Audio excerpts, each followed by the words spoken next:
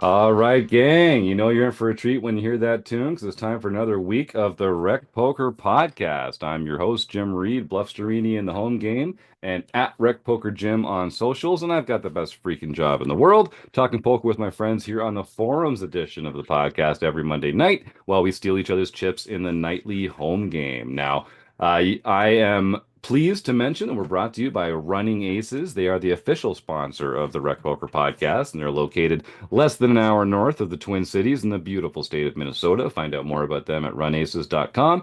And you've still got about a week by the time this episode comes out to come join us live in person at Running Aces. We're going to be there for a whole weekend full of tournaments on Friday, January 31st and February 1st, 2025. We're ringing in the new year with Rec Poker Weekend at Running Aces. Awesome tournaments, some tournaments just for Rec Poker members. We're going to give away a bunch of great swag and gifts and prizes. We're going to have some social events. We're going to support a local food bank. It's going to be great fun. So I encourage everyone to come and check that out.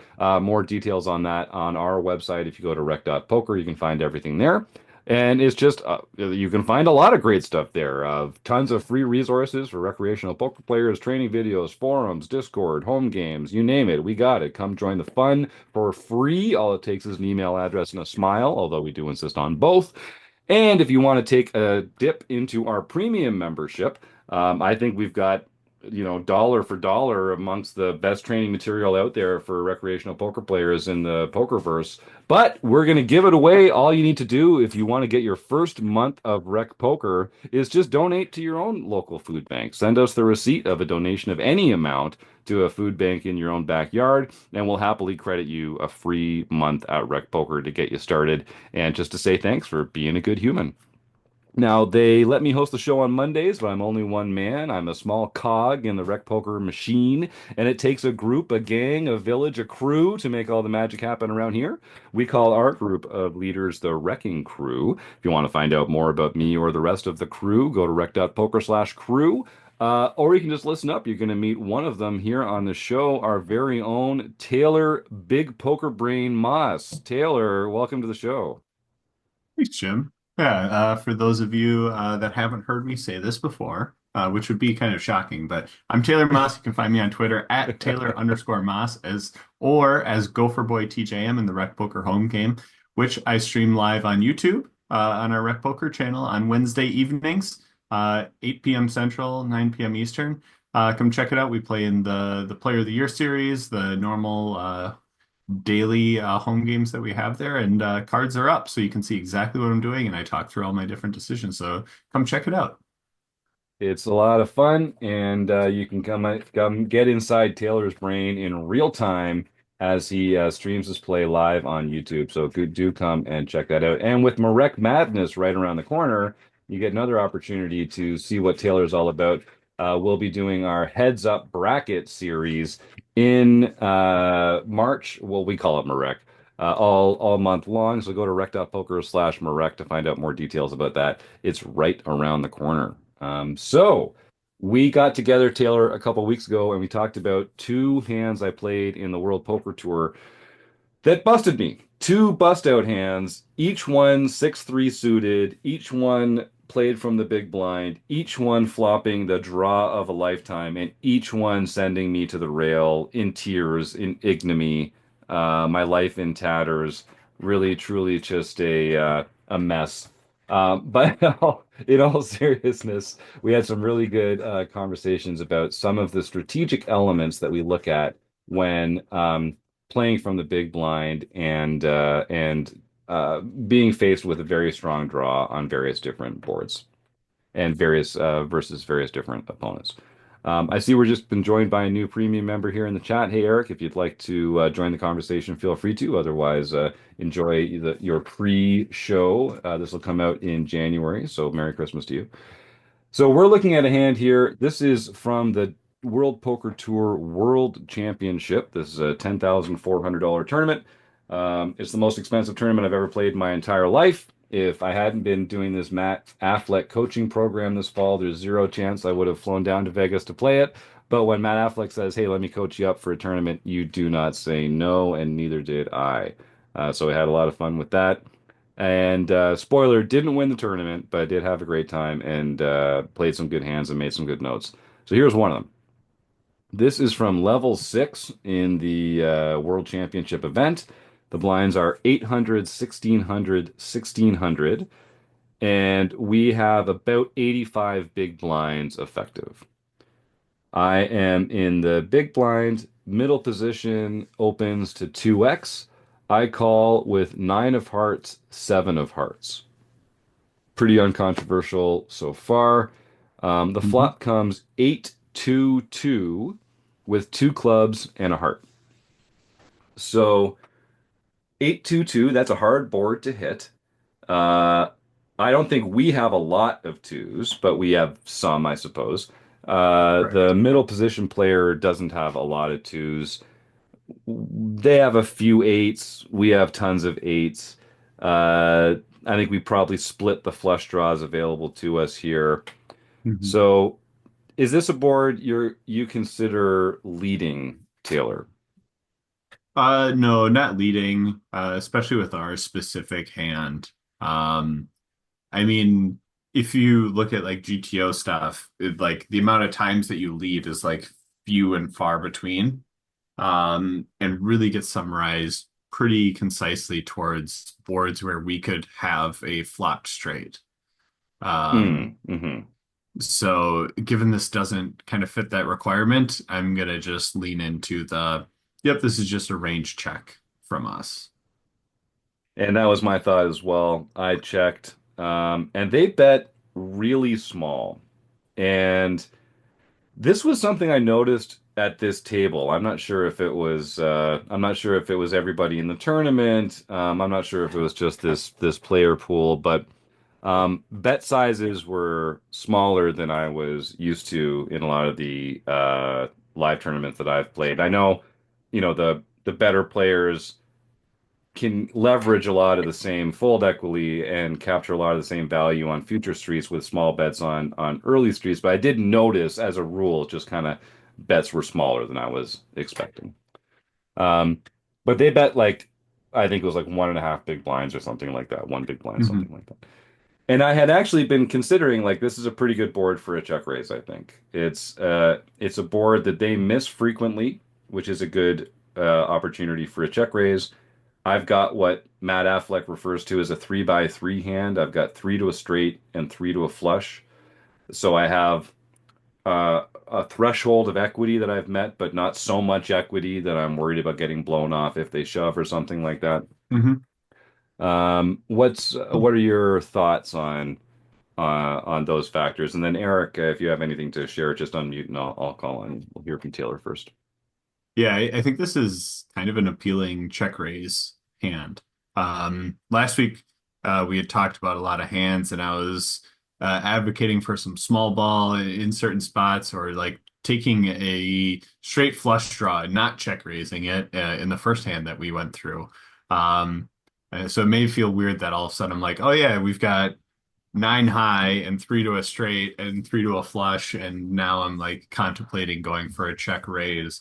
But what kind of makes me lean that direction is like this is a very like dry, disconnected board. Um, you kind of laid it out. We don't have many twos. Like a lot of our twos become like the hands that we fold. A lot of our offsuit twos are just folds. Depending on who you're talking to, maybe even some of your worst suited twos become folds here. So really, it kind of comes down to the eight.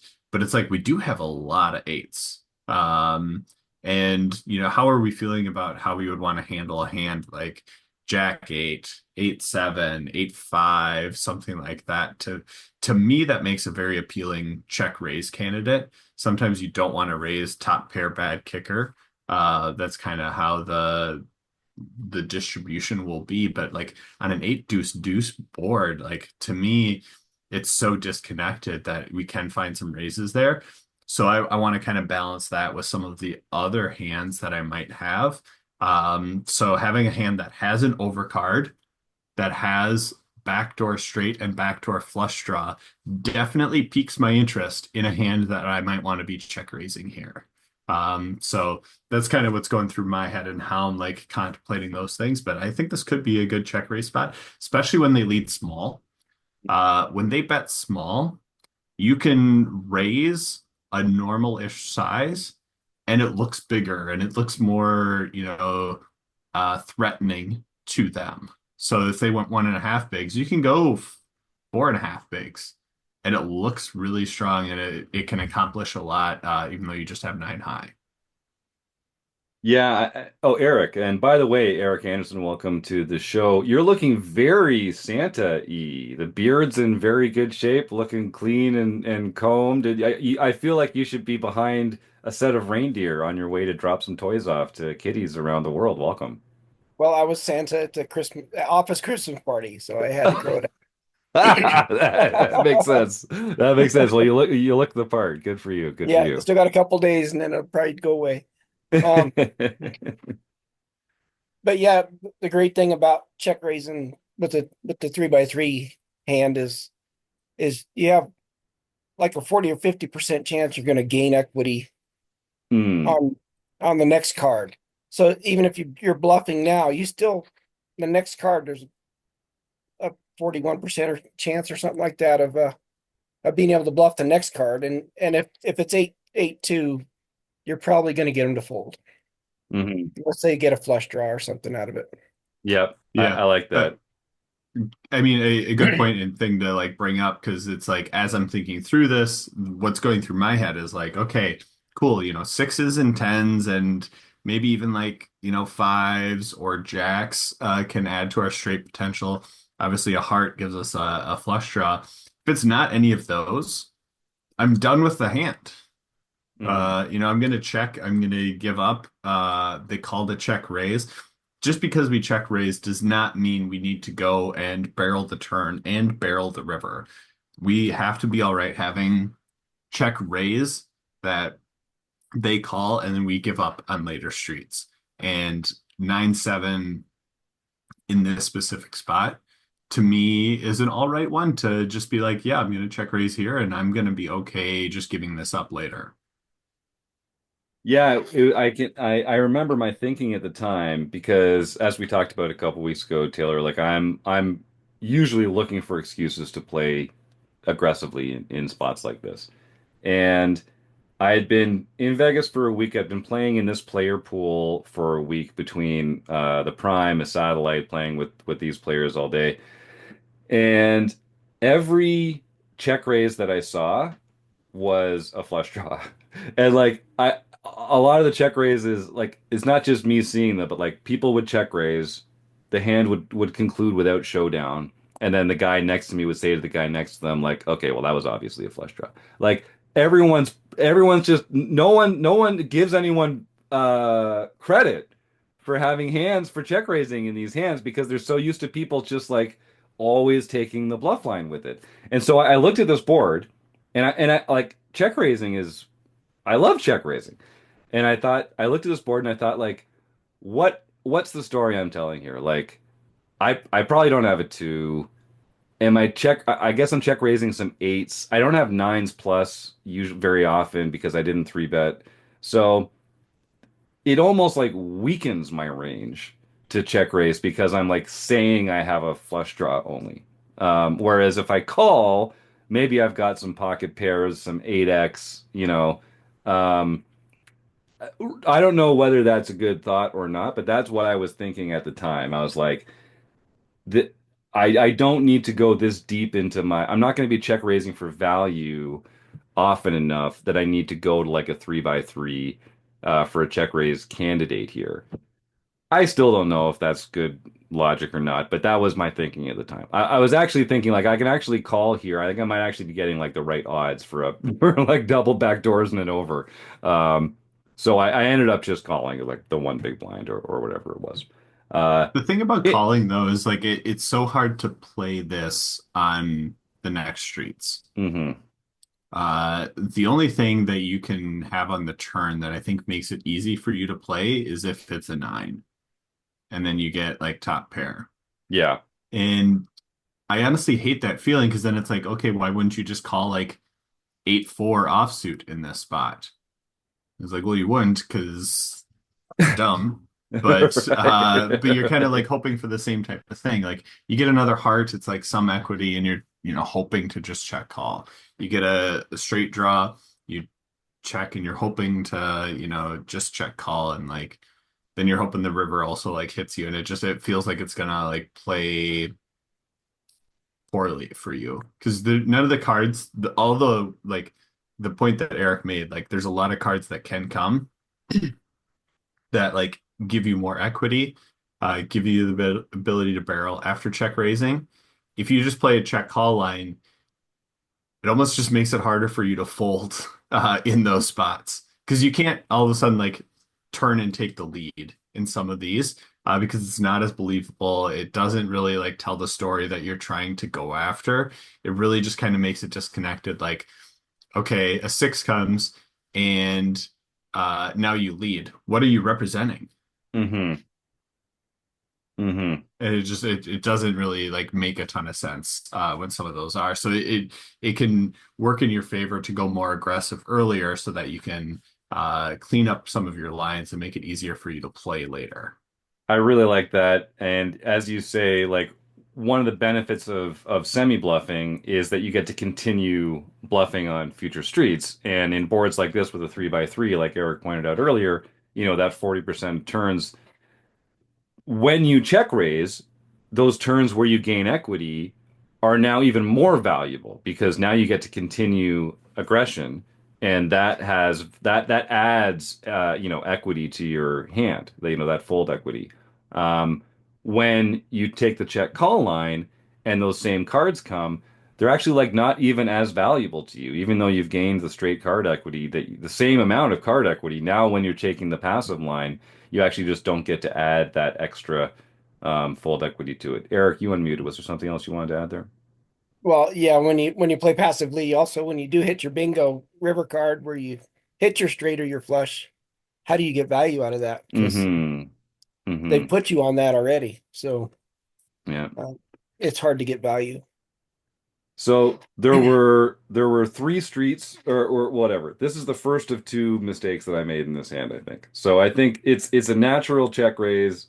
Everything says check raise. I To just kind of like out clevered myself a little here and just called, yeah. to be clear, like I don't think this is a natural check raise. Mm. I think this is you can entertain it. But you do want to be careful because it's like what are the other cards, hands that you can have that like kind of fit into this? Like you have a backdoor flush draw, you can have a front door flush draw and have a lot of things fit in there.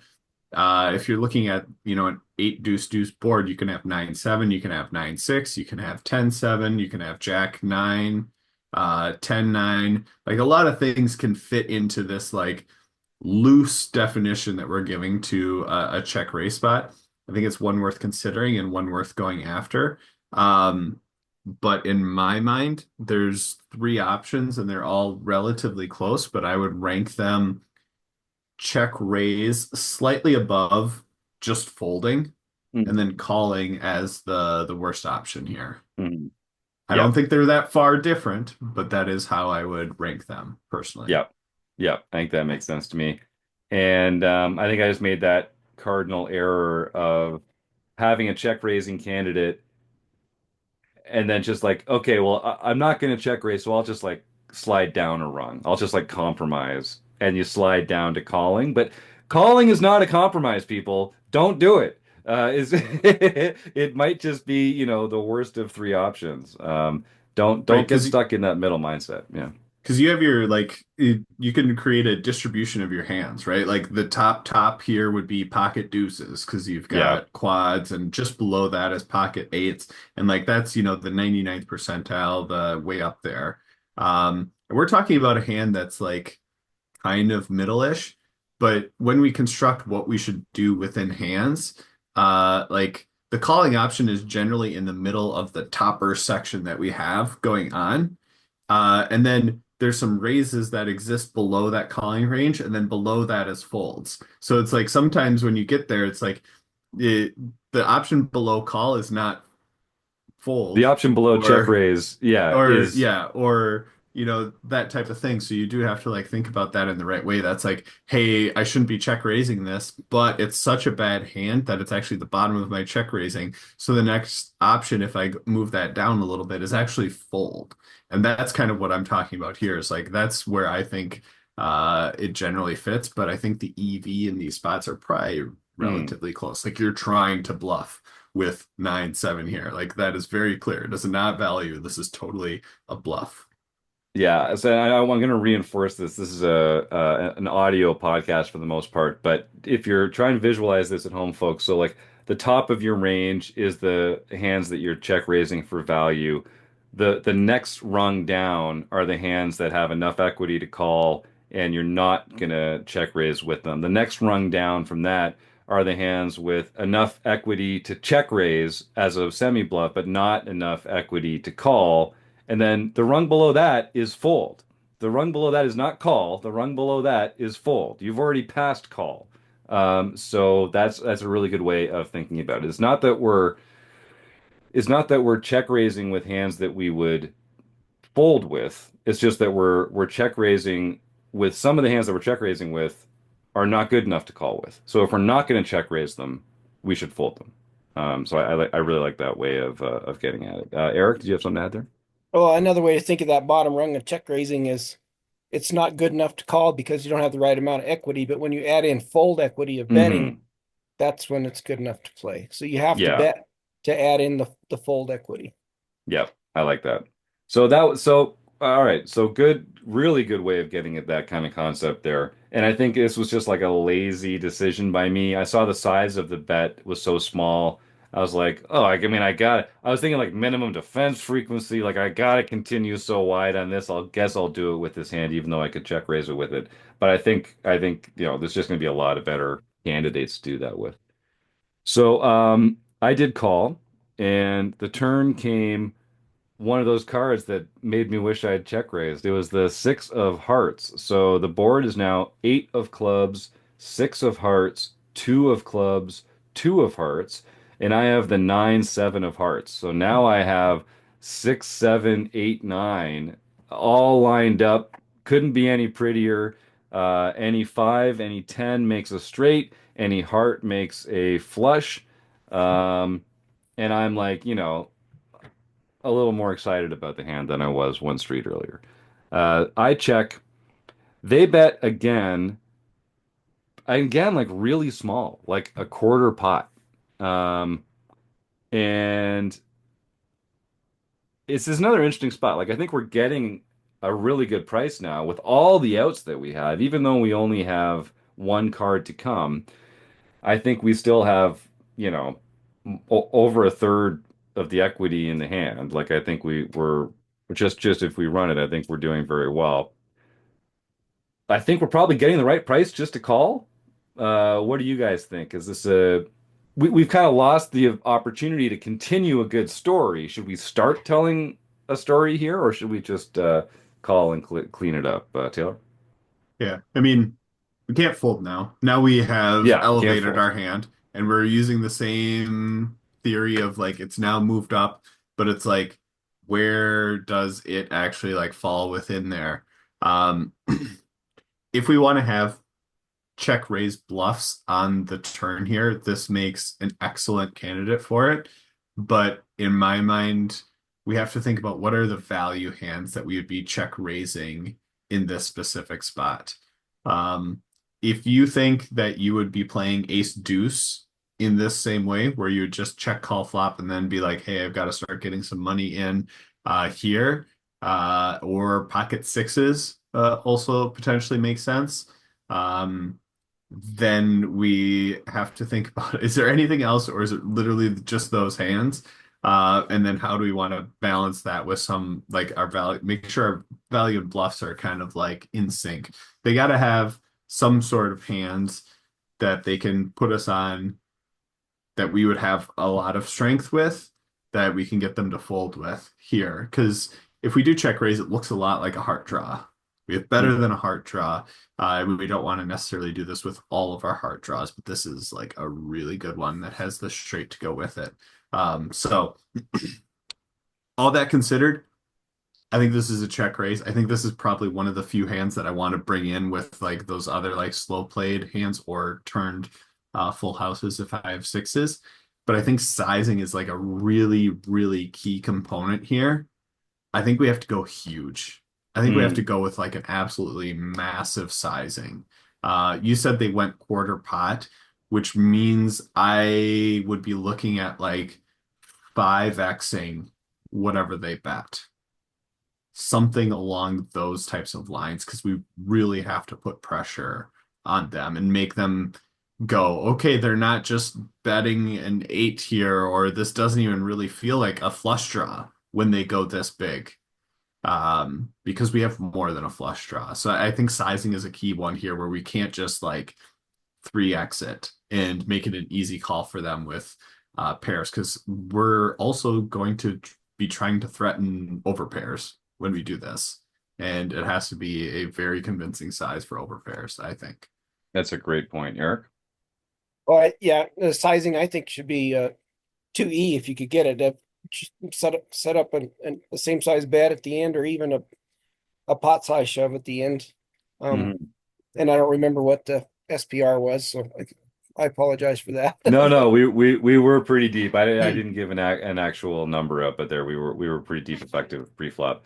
Yeah, so I love this. So two get great points. So Eric's talking about exponential betting sizes. So 2E just means that the size that if you bet this proportion of the pot on this street and get called, you'll have the same proportion of the pot available for the next street. So 2E is where you're trying to get two streets of the same proportion of the pot. So, 100% of the pot, 80% of the pot, 125% of the pot. And then 3E is just where you're doing that over one extra street. So three streets of betting the same proportion of the pot. If people want to take a look at this, we did some work on this with Gareth James in our Learning with Partners program last winter. Some really good stuff about bet sizing in there. And Taylor, I think you really nailed it here, buddy. When we're when our value range is so narrow, pocket twos, pocket eights, ace two, not a lot else, pocket sixes, then we're not going to be bluffing that frequently. Um, but more importantly, it's a polarized action that we're taking. So we should be sizing up. We should be using the size that we'd want to use with our to get paid with our very nutted hands. And so we're also going to use that size with our bluffs. And it benefits both to do it.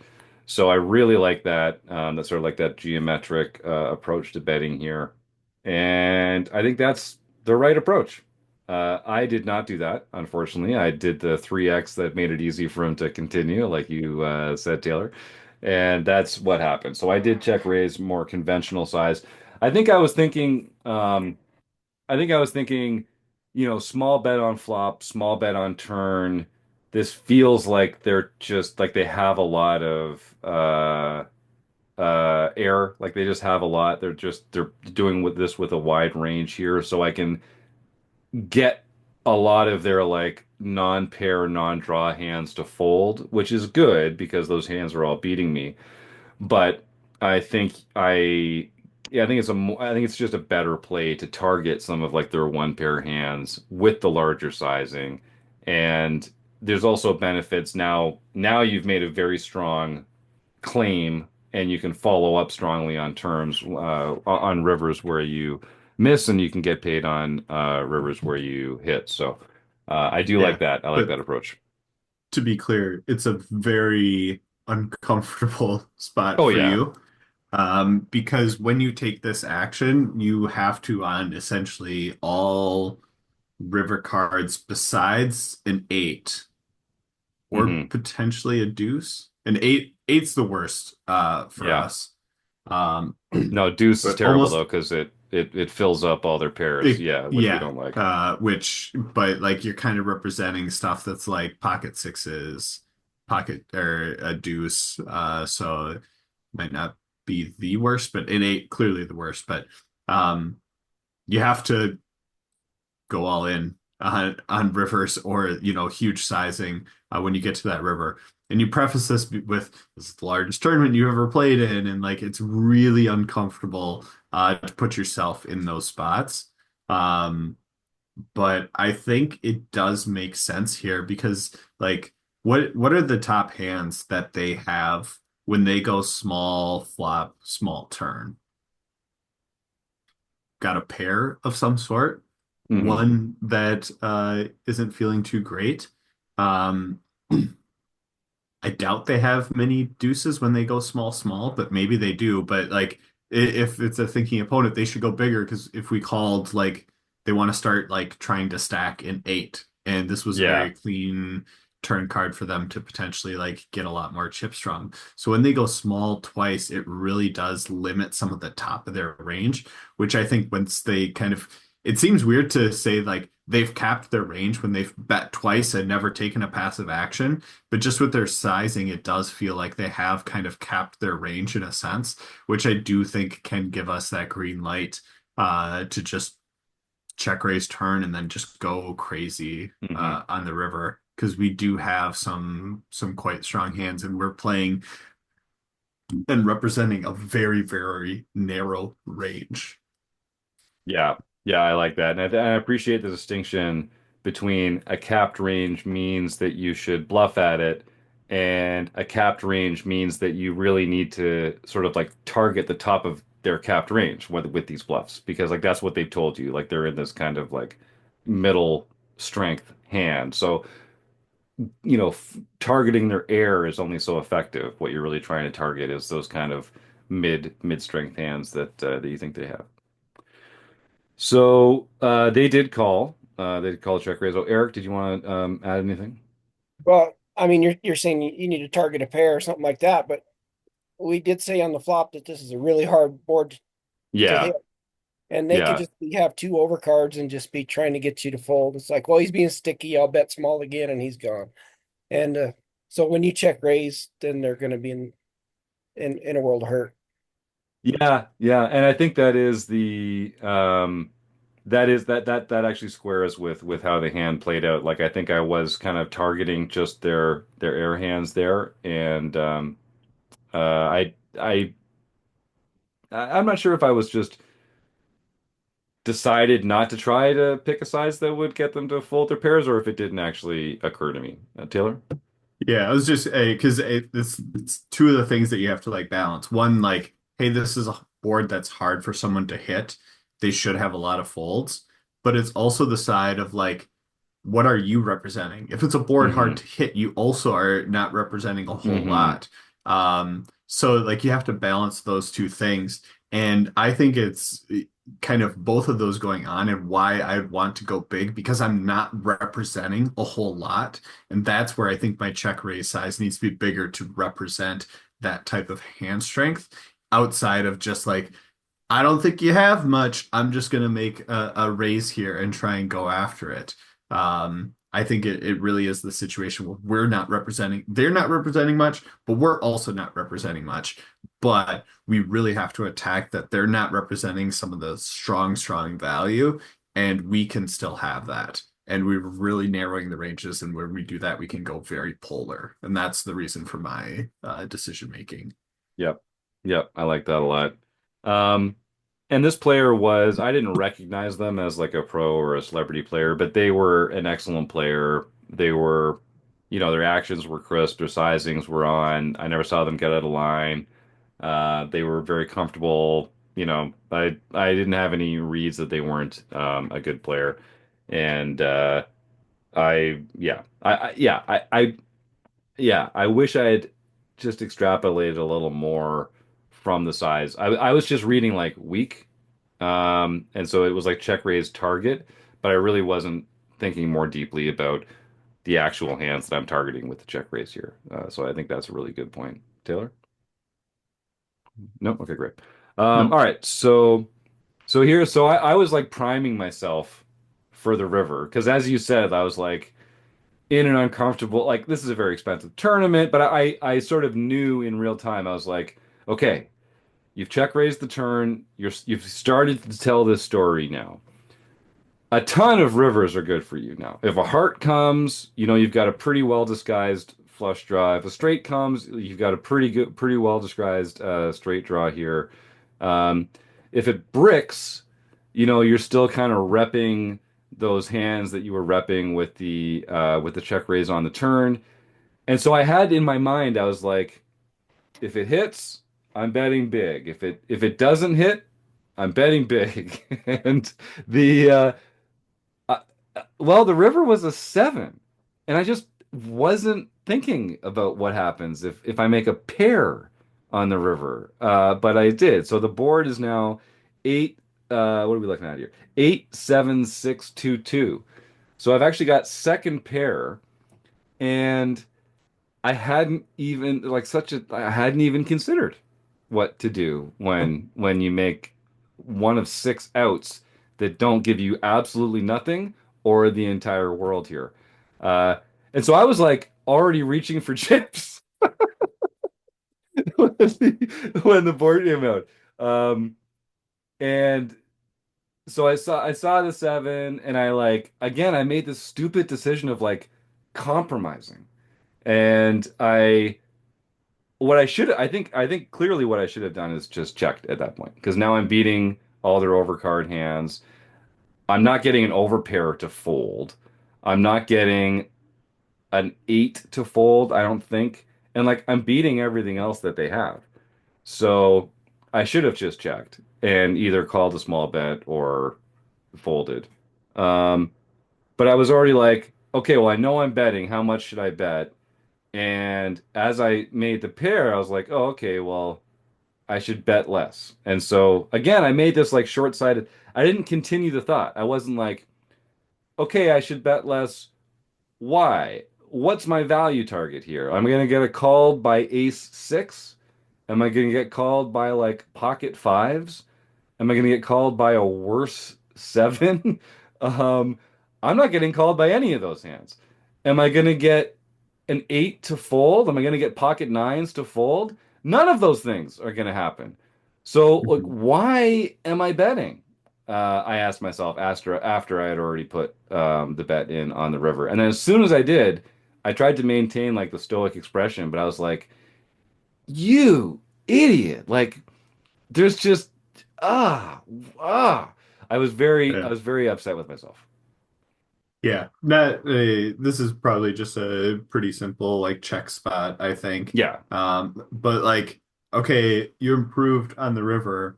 What hands that call your check raise do you now beat? Exactly, flush draws. The two Exactly the club flush hands, the draws, two. and you got to think like how are those going to react in those types of spots, and how is this person going to react when they have king queen of hearts, Yeah. um, and they bet the flop because it's so hard to hit this. Then they bet the turn because they got a flush draw and called your check raise because they had a flush draw. That's really like the only types of hands that you beat. So you just have to like think about like how do you react to those.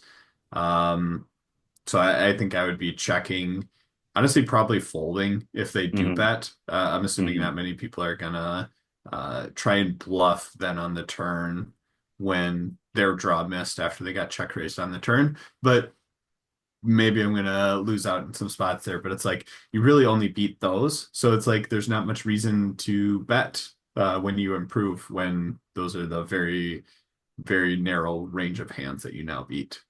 Yep. That Yep. was Well my said, Eric. question. Is we're definitely in bluff catcher mode, I would say right now, because we like you explained it really well about the hands that you beat and don't beat. Um, but the question is, if you check and they do bet, what size bet are we gonna Hmm. call? Um, are they gonna bluff? I mean, with the ace high flush draw, they might bluff, but with anything else, are they even gonna bluff? I think this player, uh, if they were gonna like bluff in a spot like this, they would choose a sizing that made 8x very uncomfortable. And so I think like because I have an eight here, I check called. They bet again. It's a second undercard. I'm like, okay, if you don't have an overpair, I'm check raising here. Like, I think their target would be like a small one pair 8x 6x hand, and I think they would choose a size large enough that would be very uncomfortable for me. Um, And then also, what are they going to be value betting here? right, right. Well, If they nothing that have you beat. just an eight, are they going to be, check raising or raising after we are betting, sorry, after we check raise the turn? Hmm. It's kind of tough for even like ace eight to go for a value bet here. Um, then you get into other things like how do nines, tens, jacks, queens feel if they have an overpair on this specific board. Those might be the value bets that they have. Really, they don't have much else in terms of value. They've got some missed draws, um, but it should go check check a good amount of the time here, and you just kind of hope to. Yeah. Yep. I agree. Yep. And I was this was this one actually annoyed me. I think we were coming up on break. We were coming up on break after this hand or something, which was good because it was just this was the hand I played worse than any other hand all week. And I knew it was, and like so I've been looking forward to sharing it on the show because I've made some mistakes in other hands, but this one was the one that I just feel like I just completely butchered this hand. But like none more stupidly than on this river bet. And I wish I had just listened to Rob Washam when he says, just take your hand off the mouse. Just like use your time. Like I didn't have to act quickly. I didn't have anything to gain from acting quickly, but I was just like, I already had my plan, gonna stick to the plan.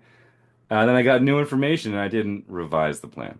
Um, and I think it would have, even if, if you guys are like me and you're in the spot where like, oh, I don't want to like look weak and stupid. Like, not stupid. I don't want to like look like my range is weak now because I like have stopped and I'm now thinking about I'm good at bet smaller checking and like, does that invite them to bluff? And you kind of level yourself in those spots. I just think this was just clearly a bad river bet and a bad like mental process to get there, which is I think what's most frustrating about it. Taylor?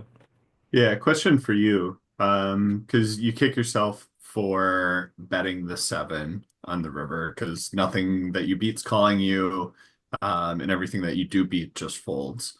Um, Having the time to think about it, what would you do on the river if it was a nine instead of a seven? Um, yeah, it's a really good question because when he called my river bet, he turned over ace eight. So it's exactly that rank of hands that matters. I think my first level response is again, it's just one pair. It's essentially just a bluff catcher. I should be just check calling. I think with a nine, I think I'm actually betting to capture value from the eights because I think I'm really only again if I had taken the time if I had taken the time to think about it, um, they do have a non-trivial number of eights there, and then the only other hands that they have that take this line, like you guys say, are over pairs and other Mhm. draws. So maybe it's a better check call. I mean, it's a better check call than the seven. Um, but is it a better bet? I mean, it's a better bet than the seven. Is it a better bet than a check? I don't know. What's your gut say, Taylor? Yeah, I think it's an interesting question. I bring it up because I think it really, once you think about it that way, it really discredits any sort of bets that you would make with the seven. Yeah. um and kind of like really like lays into the point that like you can't be betting the seven on the river here even as like a blocker or a bluff or whatever it might be. It's like you just have showdown value and you're just trying to hope for those things. Once you have a nine, then you kind of have a mixed bag of where you're not entirely sure where you're at. And you are very much specifically targeting eights, which they don't have a ton of eights here, because even king eight suited doesn't show up all that frequently. King eight offsuit most definitely shouldn't show up for them. But Hmm. then these do still have the overpairs that very well could play like this. So um, I think it's a check call with nines or with a nine on the river. but I could definitely see it making sense to be try and extract value from an 8. Mhm. Yeah, that's really good. I love this way of thinking about poker where we just change one variable at a time and see how that affects our thought process and the factors that we consider. So, another great point from Taylor Maas. Happy to have you here, my man. So, over the last little while, we've looked at several hands from the World Poker Tour, some that I won, some that I lost, some that I played well, and this one. It's been a lot of fun talking it over here with my friends on the Rec Poker podcast. So, without any parting thoughts for the group, I guess I'll say just happy January, and I hope everyone's having a great start to 2025. I hope you're able to come join us at Running Aces for that last weekend of the month. That's going to be a lot of fun. And thank you to the Running Aces Hotel, Racetrack, and Casino. Thank you to Eric Anderson and Taylor Maas for sharing their insights tonight. Thanks for all our premium members and our Wrecking Crew members and our community members and our podcast listeners. We couldn't do it without you, gang. So thanks for listening and see you next week on the Rec Poker Podcast.